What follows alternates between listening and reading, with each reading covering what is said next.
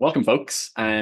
Excited to get this one going. I think you've met our hosts already, but we'll formally introduce them in a moment. So this is the first webinar of this new series we're kicking off called the Growth Leader Series.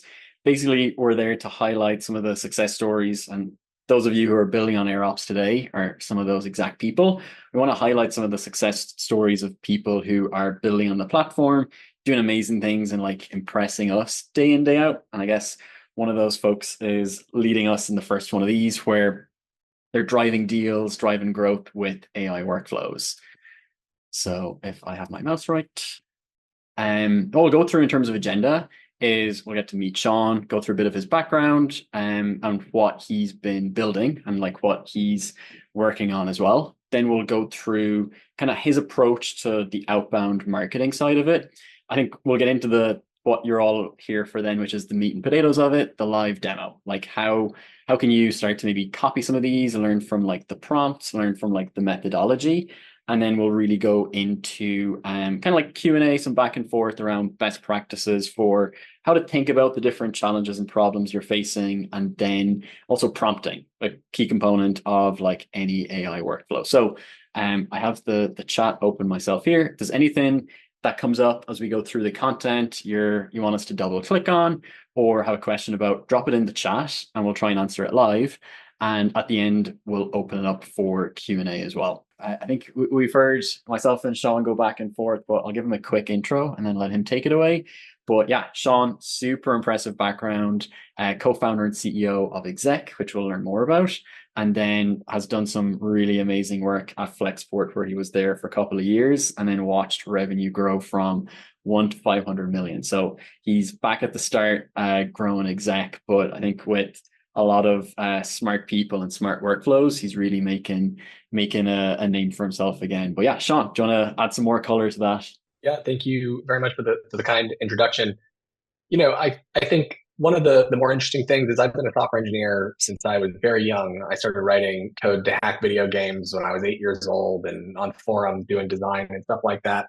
And I've been around in SEO since way back. I paid my way through college doing affiliate marketing through SEO, and so I think I've sort of seen a big variety of what's possible. And when I was at Flexport, we did a lot of growth type sales stuff, a lot of stuff we'll talk about today. And we had these big, huge teams, and it was hard, awful, grungy work. So at Exec, we're doing a lot of the same types of things with like radically less headcount. And so I'm excited to share about that transition and share some of the secrets. Amazing. And then, as if we had it planned, do you want to tell us about Exec? Yes.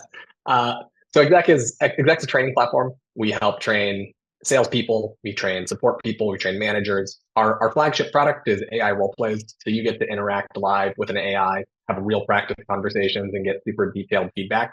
So if you're looking to grow your sales team skills, your support team skills, your management skills, hit me up. We'd love to get you on board. I mean, it's a really impressive experience. I know I'm talking my own book here, but like even after building it and trying it out, I was like, holy crap, I can't believe this works. So it's pretty remarkable. Send it to all your friends, and yeah, thank you. It is super impressive. Like if you go to the Exec website, I think it's in your banner at the moment, and just like even the demo video is like something to behold. So yeah, super And nice work. and and it will be our homepage. It really, we launched that product. We have a bunch of other stuff that we offer, but it's like the thing that everybody wants. It's Yeah. the thing that we're talking about with the sales emails that we're going to showcase here, and so yeah. Cool. So I guess that's where you're at today. Maybe taking us back a couple of months, and you can give us an idea of the timeline.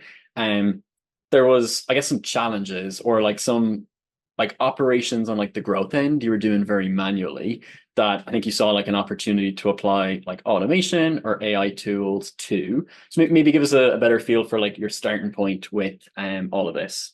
Definitely. So Exec started as a bootstrapped boutique talent development agency. So, we're out there doing coaching programs and training programs for enterprises. We always had a tech angle, but it was totally a bootstrapped operation. So we were operating with not a lot of cash. We were fighting in a very competitive space. And if you want to sell professional services, a lot of that's going to have to be network driven. People don't, the differentiation between firms is light. And so you're sort of, you say, oh, we're better, our quality's better, everything's better. At the end of the day, it's not that different. So our approach was always to go network driven, personal outreach, really custom type of stuff. And doing that with a small team without having the budget was very hard. Writing those emails required a lot of work. And the problem is that with the coaching product in particular, that didn't have a great hit rate. Because companies like, oh yeah, I love coaching. I have no budget for that. And so there was this problem where the amount of investment you're making up front in trying to get a meeting and then having those meetings then get ferried through to conclusion was very hard. We built up a hundreds of partners that we basically incentivized to do outreach for us or with us. And our approach always was, hey, we're going to give you a cut of the revenue of any deals you bring in. But what we're going to do is we're actually going to request specific introductions to specific people in your network.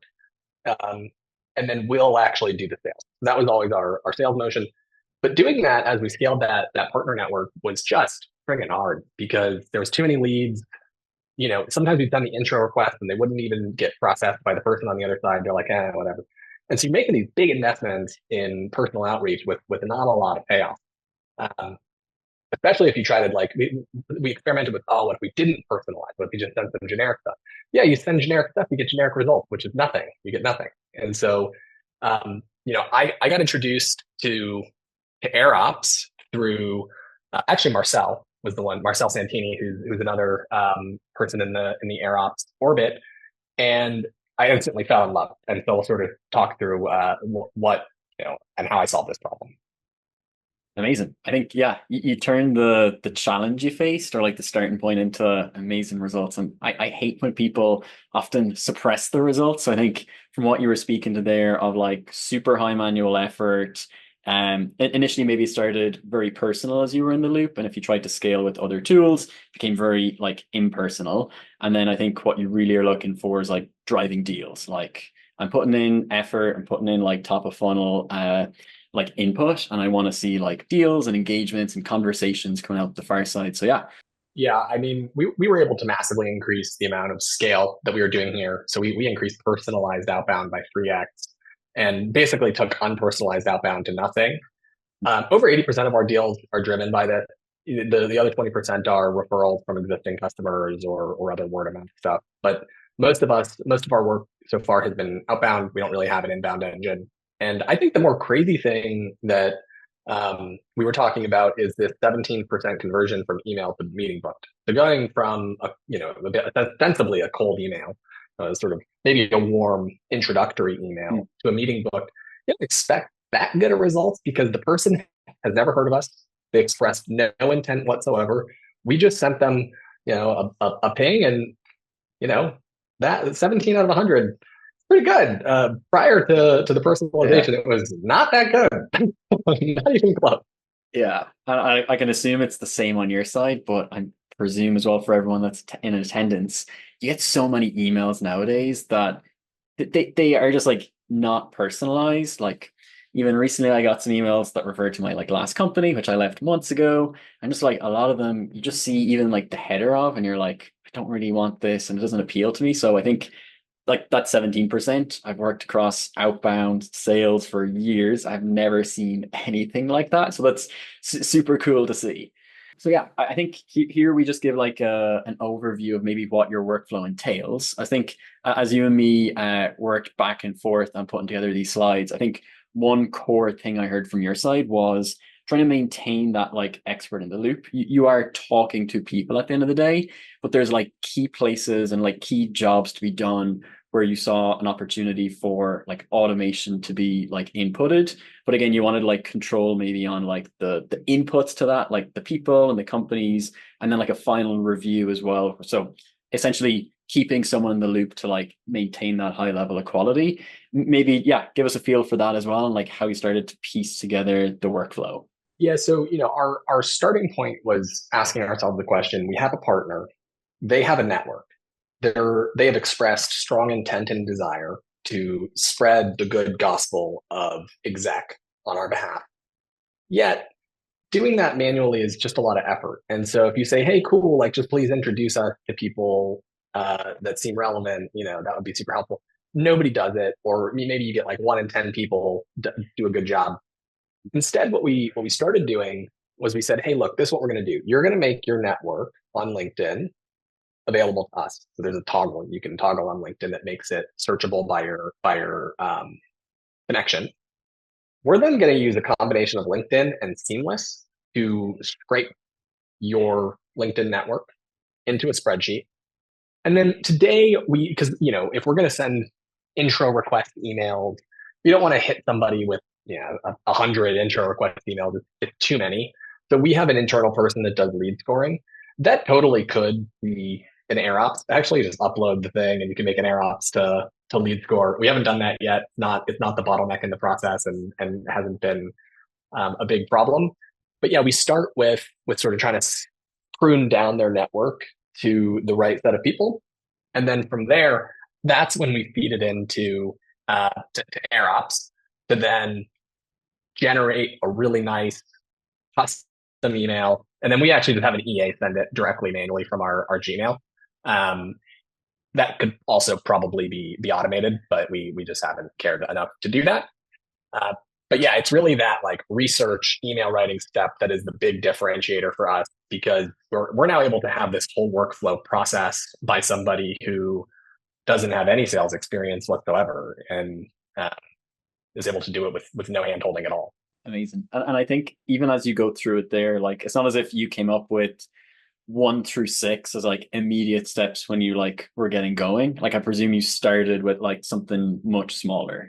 Our original thing was like, hey, can we just generate something slightly personalized? And the first personalization we wanted to do was we said, okay, we have 40 companies that we can talk about across a variety of different industries. What if when we put in the user's information, we figured out sort of roughly what industry they're in, and then inject the relevant case study companies. So like if you're in biotech, we'll say other companies like Zencor and whatever are using Exec for some use cases. And then we were like, well, the use cases are different across industry too. So what if we also then added that next layer of personalization? So it's companies like Campbell Soup are using Exec for manufacturing line training, right? And so each time we did one of these little changes, we started asking ourselves like, oh, is there another thing? Is there another thing? So we didn't, where we have now, which we'll get into, there's quite a few steps, but each time we layered that complexity in, so it wasn't too much of a lift all at once. Amazing. So I think now it's time to give the people what they want. So I'm going to let you share your screen and walk us through, what you've assembled today, like, and where the results come from. Excellent. Let's do it. First, I'll give you a demo of what it looks like. So I'm gonna use my old boss, the CEO of Flexport, as a person that my co-founder is requesting an intro to from me. So a little bit of a contrived use case. Oh, that one didn't run correctly. We'll do it here. We'll do a sales-oriented pitch here.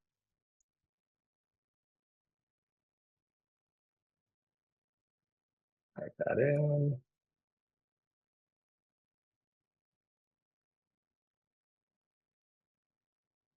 We'll run that thing. And this is going to go through a few steps. Well, Jesus. Okay. That's not it. We will look at some historical runs. We're doing it live. Yeah. We're doing it live. Okay. That's actually what happened is for some reason it was showing the intermediate output. This thing is running and running and running. We'll see how long it takes. Maybe we'll look at, okay. So we'll look at this one. So this is for a person named Mark Espinoza that says, "Hi Hannah, I noticed you're connected to Mark Espinoza on LinkedIn. I was reading through some employee comments about Express Wellness Urgent Care, noticed some mentioning talent retention and career advancement." Okay, we'll get into how we generate that. A big challenge we're hearing from L&D leaders is the need to design custom programs around those needs. And here, this is a healthcare company, so we're saying, oh, we work with Echo Health, Zencor, Cedar Health to design flexible programs to address their challenges. Then we give them the pitch and we say we have coaches from companies like this. So that's sort of the output. And this is all just easily copy and pasteable. Um, so that's what we're ultimately driving towards. Let me show you how this works on the AirOps level. So this looks super simple. And I think one of the things, and we'll sort of summarize the key points at the end. One of the things that I've tried to do in my workflows is make them chunked down in such a way that each individual step is very easy to look at. So here, what you see is we have the input. The very first thing that we do is we segment the person into either sales or not sales. That was that intermediate step that you saw in the first one. And the point here basically is we have a different set of workflows that we run when we are targeting sales leaders versus non-sales leaders. So the messaging that we put forth is different. Um, for our operational purposes, I want to make sure that it's just one step. So the employee that runs this process uploads one big spreadsheet. She does that in bulk. She doesn't have to segment them manually, sales, not sales. So we have that high level step. We then use the conditional to say, okay, let's run this sales sub workflow or this non-sales sub workflow. And this is a really powerful feature, honestly, mind-blowing feature of AirOps. I was hoping they'd have it, and then they had it, and I didn't even have to ask for it. And I was like, it's crazy, where you're able to do as many nested workflows as you'd like, and each step has full visibility and traceability, which allows you to then segment out pieces of your workflow's logic in a way that also is able to be reusable. So let's go into the non-sale sub workflow, which is this one. The way that I set this up is each of the inputs are actually the same as the first one. So, you put in the same inputs and it just types all those inputs into the non-sale sub workflow. And here is where you start to get a little bit more complexity. Not a crazy amount of complexity, again, because I've sort of done a little bit of encapsulation here. So the way that this workflow works is for non-sales targeted people, CEOs, HR leaders. One of the big things that our Exec offering helps with is like management problems or giving and receiving feedback, cultural issues. And one of the best sources of data for that type of thing is Glassdoor. So what we asked ourselves is like, okay, we want to write a really personal email. What public data sources can we tap into to have some broad stroke sense of what problems this company is currently faced with? Now, your industry is going to be different than our industry. So maybe it's Glassdoor for you. Maybe you can scrape G2 reviews if there's some product quality thing. Maybe you can scrape their LinkedIn's or their Twitters. There's other sources that you can try to get access to. Not everything is scrapable, but some are. And so we start with Glassdoor reviews. Now, this Get Glassdoor reviews is, again, another sub app. So instead of putting a bunch of complicated Glassdoor related logic in this primary workflow, we isolated it here. So you're able to, in this sub workflow, to just give a company name and a domain. And this one, in turn, runs its own set of workflows. Now you can imagine how insane this would look if we had all of this rigged up in one mega workflow. It would be really hard to think about and generally not necessary. So the Glassdoor scraper, I think, has quite a few interesting elements as you start thinking through your own personal use cases. So the first one is, okay, so I want to build a scraper for something. Oh, given this like generic set of input that a user provided to the workflow, how do I actually get to the right page? Thankfully, AirOps has a Google search feature. So we can go and use Google to discover links.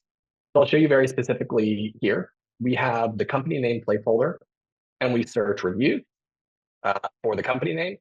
And now this is a very special operator in Google. This is a little bit, if you want to like get good at all the operators, you can search Google hacking. And this restricts the result to a specific domain. There's other ones you can do in URL. There's any number of other sort of fun hacks. You can remove sites. You can say, not this site or not that site. Um, in this case, we get only Glassdoor reviews. We then take the results of the AirOps Google search and type it into an LLM step using GPT-4o that determines which links we should scrape, because we don't want to scrape them all.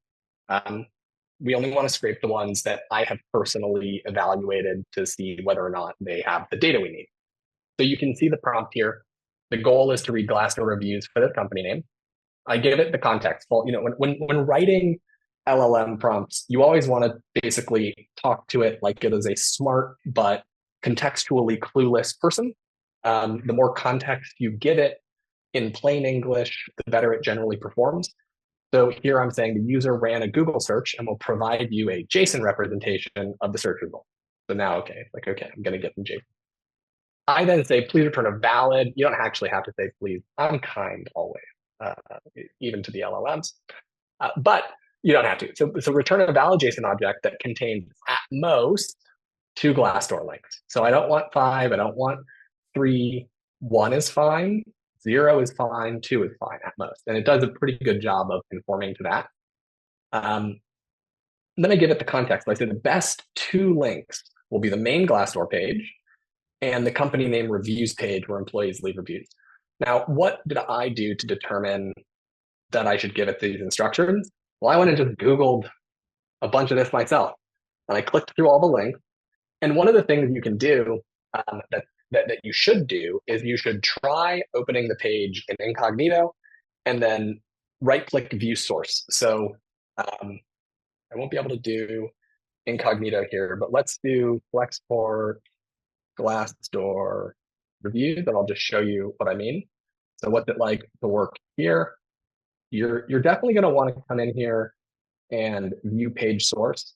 When you do it this way, this is what Google's going to see. And what I generally do is I'll put this into a text editor and read around and sort of, let's see, I want to see, is this in the source? Yeah, okay, this is in the source. So I just grabbed a piece from the page and searched for it. Why did I do that? The reason I'm doing that is to make sure that the things that I'm seeing as a human are also going to be visible to Google. Because what a lot of websites do, if you're not experienced with this type of, sort of scraping work, is they actually present a very different piece of content to you when you've loaded the page in a real browser than the content they serve to a machine. It is not guaranteed that what you see here on the view source page is the same thing Google will see, but it's pretty close. And then once you test your workflow, you'll really find out. So just to pop back over to the Glassdoor review thing, I then have it give me JSON. And the reason I have it give me JSON is because AirOps plays very nicely with JSON. All the LLMs know how to read JSON, and it does a pretty good job. And please feel free to drop questions. I think on that side, Sean, it's interesting that like what you put in that prompt is what works today, but that's not what you would have started off with. So like to develop that prompt, it might have started off with, here's some links, like give me back this data, or like you'll have some version of that. And then what you do is you kind of assemble, well, what am I actually getting in? Like I'm getting in a load of links from the prior step. Let me like go and manually check out what's on those pages, and kind of like, as you said there, we looked at like view source to see what the actual like LLM is going to be given at the end of the day. And then you can start to piece together, is my data available? How can I tell this, as you kind of call it, like the co-pilot, what data I want, or how I want it to like operate on that data, and then return it to me in a format that I want to continue using. So I'm guessing there's like an iterative step to actually develop what you have here in this singular prompt. Totally. Very, very iterative. And the way that in practice I do that is I sit here, I develop the step, I look at the results. So, if you'd sort of type this, each step you pipe it directly to the end, or you test it in a nutshell. And the goal is each time you're looking at, okay, what do I got? What data am I receiving? And how do I do something useful with that data? And so here, you test a bunch of them. You just keep testing and testing and testing. And, the other thing I'll say is, as we started, even once we had something that we thought was like really good, we started operationalizing it, there's still quirks where it's like, okay, like that company doesn't have a Glassdoor review. So what do we do if there's no Mm. Glassdoor review? You're like, okay, so then you start tweaking the workflow to handle when you don't have the ability to personalize in that way. Um, Within that LLM step as well, did you do any tweaking on like the model selection, or was that something you configured? if cost is an issue, I would generally try experimenting with other models. In this case, the cost is fine for us. Mm. And so we just go with 4.0. 4.0 is fast. I know 4.0 is good at JSON. There's not a ton of um, variability, and it just keeps getting cheaper at the same time. And Yeah. so we're happy with that one. But yeah, if you felt like, look, like this thing, I'm running this really high volume, I would do a lot more work to try to get 3.5 to work. Or I don't Mm. know if you guys have the new Gemini model. No, it looks like that one's not integrated. But the new like Gemini 1.5 model is blisteringly fast Yeah. and very, very cheap. And yeah, so we haven't done too much with the model stuff, but in some cases we do, right? Like I think it was on this one, the classifier here is 3.5 turbo because it's just totally good enough. We don't need the intelligence. Yeah.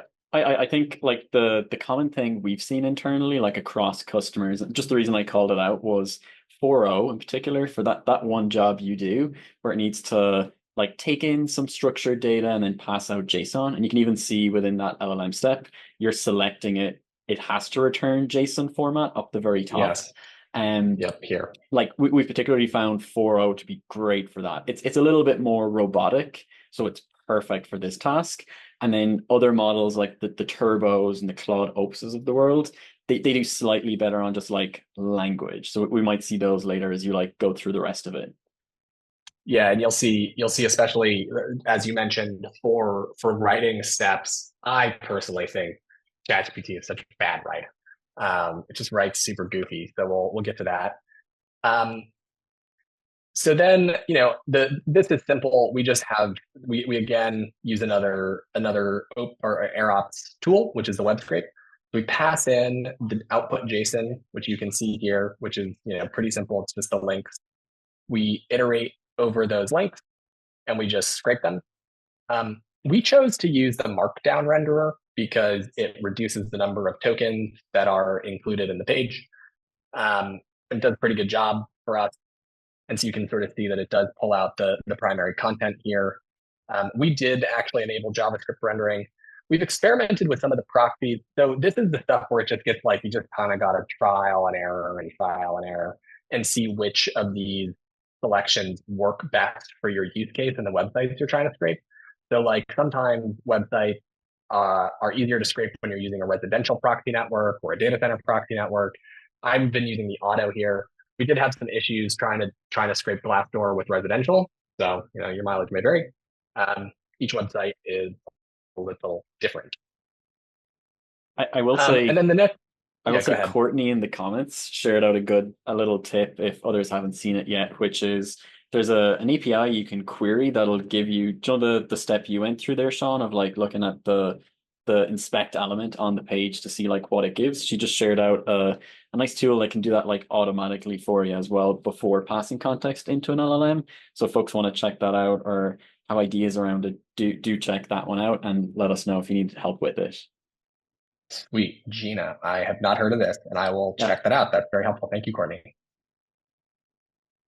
Um, okay, and then so then the next step that I do here is I have it then extract the structured data from the pages. So I actually feed in all of the scrapes. So if it's scraped 0, 1, or 2, it will feed in a loop here all of the markdown, and then I have it extract the critical information that I care about. I'm actually not using all this information, so I probably simplify my life, but the ultimately this is the data that when I looked at Glassdoor, I was like, okay, I want this information. What you want to know is going to be different, right? So depending on the data source, you can do obviously different requests. One of the things that I'm doing here is I'm having it output JSON. You could use this defined column outputs field. I haven't experimented with that myself. Instead, I use sort of like a pseudo structured explanation of what I want. And so I basically list out the data types, Boolean, true, false, a decimal number, a string, and I sometimes even give like like a little tip. This is not the explicit JSON schema format that OpenAI recommends, yet I find it to work better. So how is that the case? I don't know. A trial and error. I've been fiddling with these things for a long time, and it seems to work very well for me. Um, and yeah, so then this is ultimately what this sub workflow returns. So again, if we're looking at that workflow that it's nested in, we're doing a lot of work here with a lot of nitpicky iterations, experimentations that need to get done. But in the workflow, it's just this nice, pretty step. So just get the Glassdoor reviews. Uh, and so that's nice. Um, then and we can go through all of these. What do you think? Should we how deep should we go here? There's more. Maybe if there's like one more you want to pick, I think that would be interesting. Maybe on like the email side, 'cause I think you touched Great. on amazing, like email delivered to like reply rate. Maybe give us a Yeah. feel of like how you like prompt the LLM to get that like personalization touch. Perfect. So just for the high level, we have a few other bots here. So this one up here basically tries to extract out the relevant Glassdoor reviews that are recent. So you could, use a little bit of JavaScript and another LLM. Because if I'm getting Glassdoor reviews that are like 3, 4 years old, totally irrelevant, this step does some classification. So this says like, hey, what industry are they in? What companies are relevant to them? Dot dot dot. And then we're ultimately going to pipe it into this one. And this is using uh, three three Opus. Maybe I should be using a different model there. I should be using 3.5. No, probably Opus still is three. what we found internally to be really good at writing and like Uh-huh. really good at convincing in a nice way. Yeah. So we use Claude. I mean, for all my personal writing stuff, I use Claude because it's just the best. It ChatGPT writes super goofy. So I'll sort of show you how we do this. So, I mentioned earlier we have different personas. When we're talking to non-salespeople, we have CEOs and general leaders. We have HR and HR adjacent leaders, and we have functional leaders. So like a VP of product, a VP of ops, something like that. And what we have is each of these, we basically did a Mad Lib style markdown email template. So we have a subject, introduction, prospect name, hi, person's name. I notice you're connected to this prospect, and we basically wrote the template. And what's amazing is that we have these placeholders, and we don't even really need to instruct the model about what to do with those placeholders because it is trained on this type of workflow so well that it will just sort of sort of work. Um, so you can see there's a few things that we had to do to make this work. So it says, please use the most relevant template from the following list and do not add extra stuff.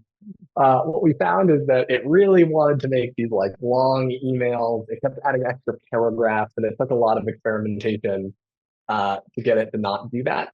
We also do provide some context so that again, if it does need to make any changes, it can do a good job. So it says, assume the person is receiving the intro knows it's coming, which isn't necessarily true, but the email will be forwarded to the contact by the introducer. So the email is mostly a way to provide some context. So that's sort of just making sure that it's going to do a good job.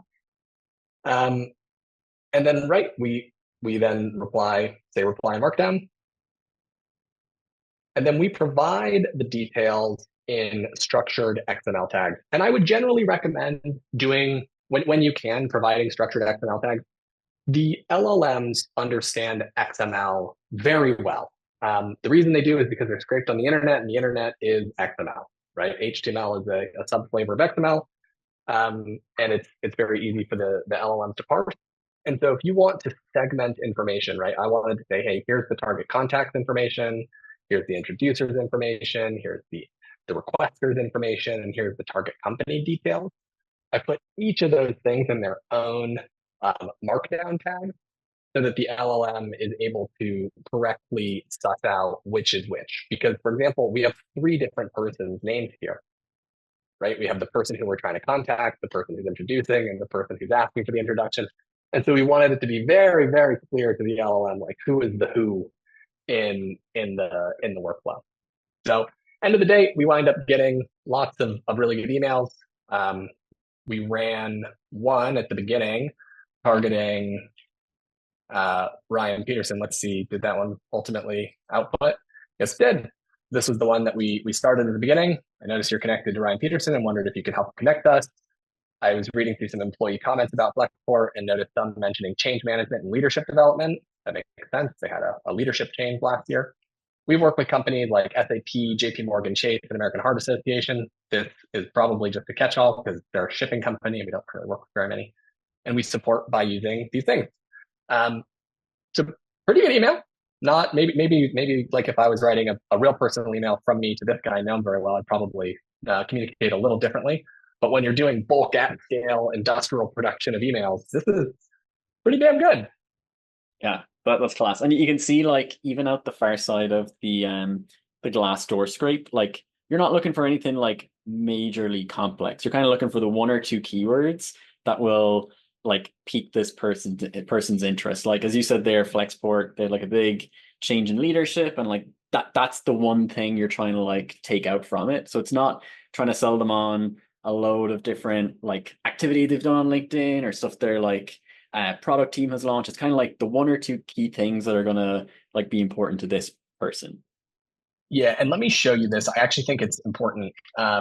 So we do some other simplification. So in the email, we say people, other L&D leaders like yourself, or other division presidents like yourself. We actually provide the label that we want to use. Otherwise, it gets a little goofy. Hmm. And then there's another one here with the Glassdoor thing. We have the set of things that we do, and we feed in all of the Glassdoor information and then say, hey, choose a couple of these. Otherwise, it could just go like so far afield to be irrelevant. And this was, again, one Yeah. of those iterative experimental things where we realized, okay, let's actually make sure that the things we're asking for are the right thing. Hmm. And just while you're there, Sean, we have a good question from Tomic, which is maybe give your guidance on putting things in the system prompt versus in the user element. Yeah, there's a little bit of case here. Um, there's a way in which if you're giving a lot of examples. So in these cases I didn't do a lot of examples, but sometimes you do user where you give an example and then you say what the system should have done and you do a bunch of those, and that's called end shot prompting. And in that case, you definitely are going to put it in the user because you basically want to say here's some examples and then here's the latest example. Give me what the bot should say. And in those cases, it's very straightforward. You want to put the info in the chat. You know, my feeling is that for some cases, maybe a lot of cases, it is sort of immaterial. You do generally need the user to say something though for it to run, and so I generally put something there, and oftentimes it's the input data. Yeah. It's sort of a dissatisfying answer, but the reality is that there's not like a good Hmm. concrete always do this type of thing. Yeah, I think it takes a little bit of experimentation, but I once heard of like a good way someone looks at the system prompt, which is you're kind of talking to a dumb robot and you need to just give it like a personality. You're trying to like train it up on like a little bit more of like what it should know. So whether you're setting up like a customer support bot or someone that's like writing an email, it's like in that case, maybe you want to say you're like an expert senior BDR. Like I feel like that sort of information in the Yep. system prompt gives it more of a, like a personality and like direction, and then a little bit more of like the task can go in the user assistant pairs. And then like generally even if you have an amazing prompt and an amazing an amazing setup here of like system and user, you still might not get the perfect output that you want. And then one thing you mentioned there, Sean, was like the user assistant pairs. Like you could set it up with a user and an assistant, which gives it, here's my question. And then you can like hard code an answer in the first assistant then. So you're kind of like training the chat as if you're jumping ahead. of like what you kind of expect in terms of output. So that works for like tone of voice and quality, but also for like more static data. So I think, yeah, as you have here, you're kind of like training it up on like when you see CEO, that's not sales. So it's kind of like able to understand the system context of where it's at and then how it should actually converse with you. So I think in your assistant here, you just want sales or not sales, right? Correct. And so this both primes it on like, hey, here's enough examples across things that are maybe a little opaque. You know, at first it was saying CEOs or salespeople, sort of. Mm, For our purposes, we don't want to treat them as salespeople, but yeah. yeah. So then, and this is also a 3.5 turbo. So for classification, very simple classification examples, I almost always do this type of end shot prompting. Make sure that it's consistent in the output. Amazing. I know we're coming up close to time. Maybe we'll go through the one or two slides we have left and then jump into more general Q&A if that sounds good to you. Great. I'll let you take the screen share back over. All right, let's go. Here. Okay, so I think Sean gave us a great overview there of like the actual workflow and like what's driving the results we saw at the top of the webinar. So like migrating 80% of that pipeline from the manual activities to automated, and we can see it's being done at scale. So I think also worth calling out some of the sub apps Sean had of like scraping Glassdoor, like that's repurposable and like that's a step that I guess no human really enjoys. And like that's the perfect sort of thing that we can achieve with like AI workflows to get that personalization at scale and then maintaining a human in the loop for that quality and consistency. And then I think on your side, Sean, like 90% reduction in manual effort was a good call out stat as well. Maybe as you look forward into like the next area or two, you'll look kind of beyond that like outbound marketing side or outbound introduction end. Yeah, how do you think about like other challenges you're facing where you might try and apply similar techniques? Yeah, well, so we recently raised funding and now have much bigger growth. So I mentioned at the beginning we started as bootstrap. We're now venture backed, and we have bigger growth ambitions. So we're pursuing a bunch of stuff. One of the big things are AI content creation, and we're very inspired by some of the other webinars that AirOps has put on around SEO and things like that. I previously have run pretty large content operations, publishing hundreds and hundreds of articles for SEO purposes. It costs tons of money. It's very slow. Cost per word is very high. And now I'm looking at what's possible with AirOps, and it's a total game changer. So I'm excited to experiment there. Nice. I think we might have actually gone through a lot of these, but maybe do you want to give a recap of this slide of just like tips and tricks people haven't been playing around with workflows before, or generally like applying automation to their challenges? What might be your top tips and tricks in terms of like getting started? Yeah, I think hopefully anybody can check out the slides after this. These are really the cheat sheet. Start small. Don't try to blow it out. Get something that works first, and then iteratively add complexity. Even if the first place that you start isn't good enough for your end state, just get it working first, and then keep moving.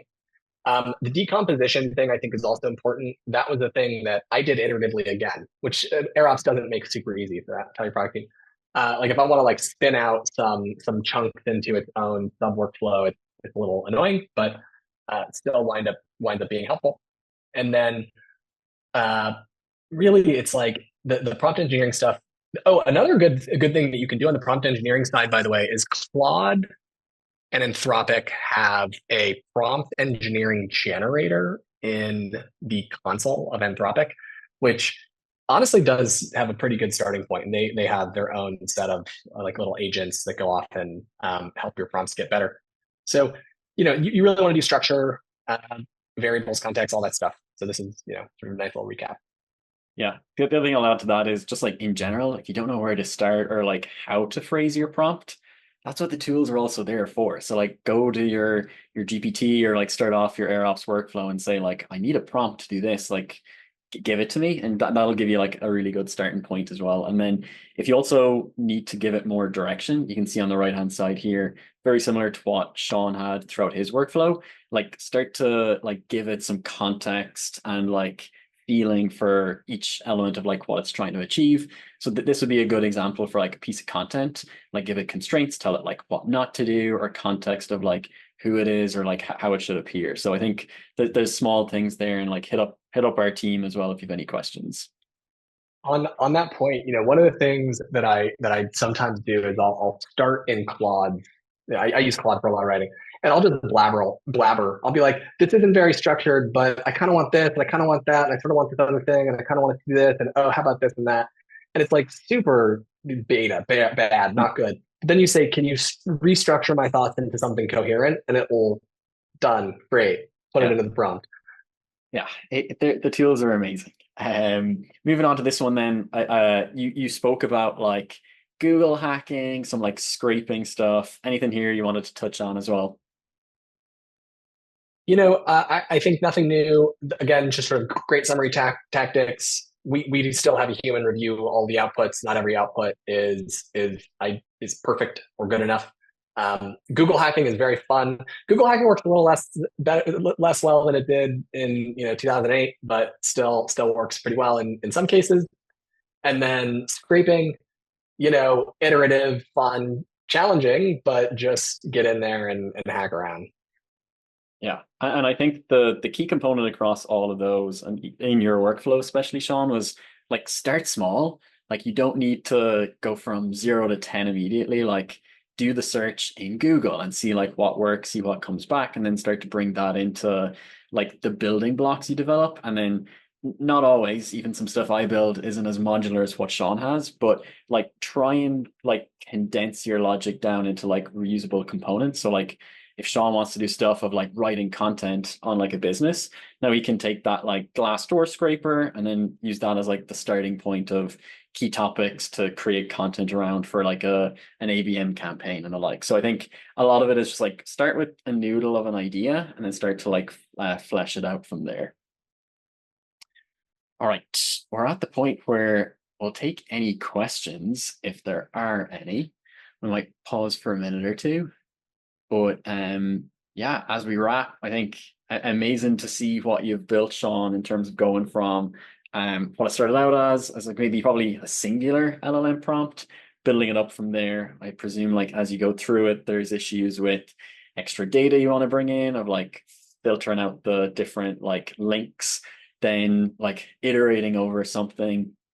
Yeah, any kind of like last, if you were to go through the whole build process again, how would you think about maybe tackling it differently, or would you? You know, I think I'd probably approach it the same way. Generally, my feeling is that it's possible, and this loops into the question. There's AI email outreach tools. I haven't had the best experiences. Maybe they're getting better over time. The big thing that I feel I get with AirOps is control, and I'm able to make them go to the data sources that I want. I'm able to control how actually I want to parse this out. If you have a simple pitch, maybe it's possible to use some of these other tools. Maybe there's enough sort of generic context. I will also say, there's some alpha in writing your own email. There's some alpha and feeding them into AirOps in this way. And there's some alpha in finding your own data sources. Because if you're using the same data as everybody else um, and using it in the same way, then yeah, I think it's challenging. I think you touched on a really important thing there, which was like bringing your own data. So be it like content generation or like you were talking about like your partner network, like one other way you can enrich this here is bring in like information about like other mutual connections. So as you start to like layer on complexity, kind of like independent of what your output is, you do want to have the flexibility to bring in those different data sources, combine them in different ways. So definitely some tools are probably set up to maybe get you from like a 0 to 1 much quicker. But in terms of getting like the higher quality output at scale, I feel like how you've it set up there, Sean, which is like very modular. You've like control over like making tweaks or like where the data comes from. And I think, yeah, that's probably like a good way to go. Yep. Cool. We might move on to the next slide. And if folks have questions, oh, we got one from Danny. Have you noticed any types of personalization in your outreach outperform others? And then is there a reason why you aren't funneling this into an outreach tool, like instantly with like a domain name attached to the email? Maybe we start there. You know, for this question, why aren't we doing this? We're just being lazy. It's not that important to us. You should do this if you're doing it. Like you should probably do this. We will also at some point do this uh, because then we get open tracking and all this other stuff. We just haven't done it. And maybe Owen, you'd have the right advice on how to integrate AirOps with an email tool. What we do generally is we upload a spreadsheet in bulk and then download that same spreadsheet in bulk and then process it, which you could upload to some other type of email tool. Yeah. And then yeah, depending on like what email client you have, there's like a bunch of different ways you can integrate. And then Gmail is something that we do have as well. So we can definitely help you out there, Tonic. Which I Amazing. think then is a good transition to your offer. Yeah, great point. So yeah, I think thanks a million to Sean for walking us through that workflow, being like super transparent, like showing us the nuts and bolts of what he's put together, I presume over lots of time and lots of intricate iteration. So just want to thank you for that, Sean. And then generally, like if folks that are present here, and we'll share out the recording after the call too. Do you want to learn more? And you can see here we have some uh in-house expertise when it comes to like model selection, like ways of like strategizing of like how to put these workflows together, going from exactly as Sean presented, challenge to something that's an MVP to like a full scale solution. We are going to offer up 10 exclusive training opportunities for people that engage in this webinar. So basically sit down with our team for like an hour or two. We'll work through any of the like unique custom challenges you have. We'll basically start to train up your team and then yeah, strategize of how we can maybe add scale to the problems and the solutions that you're encountering. And I think Sean, your team is also going to get involved with anyone who participated. Yeah, that's right. So, we all of you are focused on growth teams. I presume at least, we do sales training. So if you have a sales team that is growing and you need to get them onboarded better, faster, teach them how to do cold calls or teach them how to do discovery with our role plays product, there's really nothing like it. I'm sure that you're not doing 15 or 20 role plays per week with your new hire. Now you can. And that's cross sales. We do it for support. We do it for managers. So if you want to train your managers on feedback, anything like that. So if you're a growing company, let us know. We'd love to throw in some free seats for joining us here on this webinar. And we do white glove implementation support for folks that have those special needs. And yeah, we'd love to train you a little bit here on using AirOps and AI and maybe train your team a little bit using Exec through AI.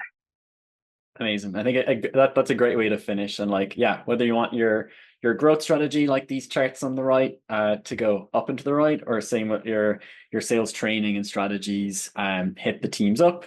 We'll share out the recording afterwards as well as the contact details. But yeah, super happy that you all could join.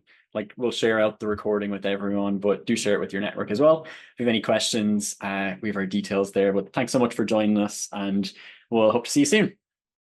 Thank you for your time, everybody. Thank you, Owen. This has been lots of fun. Thanks, Sean. Thanks so much. We'll see you soon, folks. Bye bye. All right, everybody.